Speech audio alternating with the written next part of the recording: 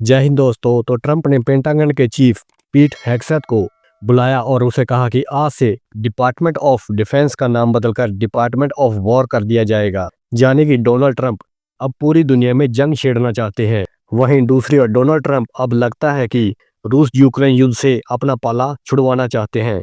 Paris में हुई Ukraine युद्ध पर एक मीटिंग के दौरान अचानक से ट्रंप भड़क गए। ट्रंप ने एक वीडियो कॉन्फ्रेंस के जरिए इस मीटिंग में हिस्सा लिया था। यूरोप ने यहाँ ये कहा कि आपने रशिया के खिलाफ जो भी कदम उठाए हैं वो काफी नहीं, जिसके बाद ट्रंप भड़क गया और ये कहा कि तुम लोग रूस से तेल खरीदते हो, जिसके बाद रूस को जंग के लिए फंडिंग होती है।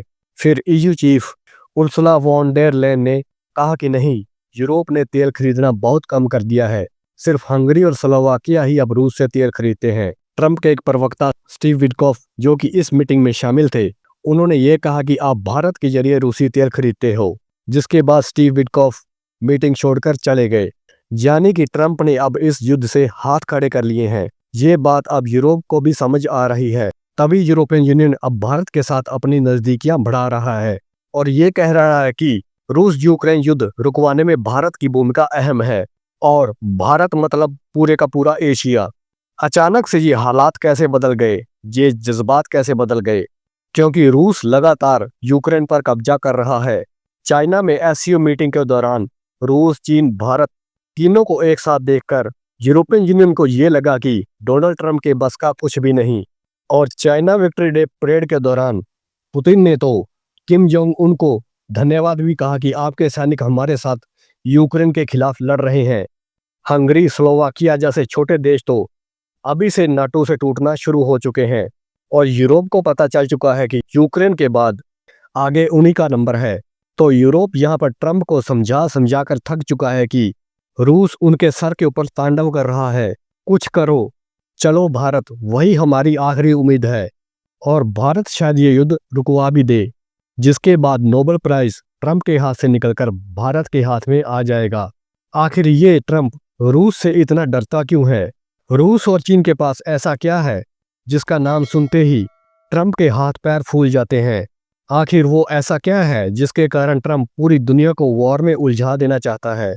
भारत के खिलाफ ऐसे कड़े बयान देकर भारत और यूएस के रिलेशन खराब कर रहा है और भारत को रूस और चाइना की तरफ धकेल रहा है, या फिर वो ऐसा इसलिए कर रहा है ताकि भारत पर दबाव डालकर रूस को नेगोशिएशन की टेबल पर लाया जाए? पर फिर भी हो इसका उल्टा ही रहा है।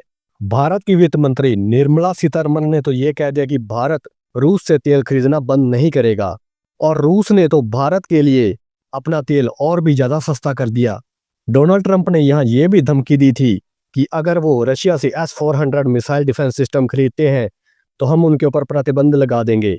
इसको नकारते हुए भारत ने ये ऐलान कर दिया कि वो आने वाले समय में और S-400 सिस्टम रूस से खरीदेंगे, और रूस के 5वीं पीढ़ी के लड़ाकू विमान Su-57E भारत में ही बनेंगे और भारत से ही दूसरे देशों को एक्सपोर्ट भी किए जाएंगे। ये तो सभी को पता था कि यूएस की हेजेमनी आने वाले समय में गिरने वाली है, पर हम यहाँ पर यह सोच के बैठे थे कि इसमें अभी काफी लंबा वक्त लगेगा। मगर ट्रंप ने तो इस बैलगाड़ी की स्पीड को बुलेट ट्रेन के ट्रैक पर डाल दिया। पूरी दुनिया आज यूएस को आंखें दिखा रही है, डॉलर की डिपेंडेंसी अपने ऊपर से खत्म करना चाहती है, और वहीं उल्टा यूएस के कोर्ट ही ट्रंप के टैरिफ को इनलीगल बता रहे हैं। ब्रिक्स जैसे ग्रुप और भी ज्यादा मजबूत होकर एक महाशक्ति बन रहे हैं। इन सब का सबसे बड़ा श्रेय जाता है डोनाल्ड ट्रंप को। इतिहास में डोनाल्ड ट्रंप का नाम सुनहरे अक्षरों में लिखा जाएगा। शायद इन सभी बातों से घबराकर डोनाल्ड ट्रंप मागा यानी कि मेक अमेरिका ग्रेट अगेन नाम की रेडियो एक्टिविटी अमेरिकन के अंदर डाल रहे हैं और अमेरिका में एक ज़ॉम्बीज़ की फौज खड़ी कर रहे हैं, जो कि बिना सोचे समझे ट्रंप के एक इशारे पर कुछ भी कर जाएं। ट्रंप एडमिनिस्ट्रेशन यहाँ पर भारतीयों और चाइनीज के खिलाफ रेसिज्म नाम का सांप पूरे अमेरिका में छोड़ रहे हैं, जिसने कि अपना फन सिर्फ अमेरिका ही नहीं बल्कि ऑस्ट्रेलिया, न्यूजीलैंड, यूके तक फैलाना शुरू कर दिया है, और आने वाले समय में कनाडा और यूरोप तक इसका यहर फैलेगा। वहीं दूसरी ओर यूएस के एक्सपर्ट्स ने यह जताया है कि ट्रंप के इन कदमों के कारण यूएस को आने वाले वक्त में कॉन्सिक्वेंसेस भुगतने के लिए तैयार रहना होगा।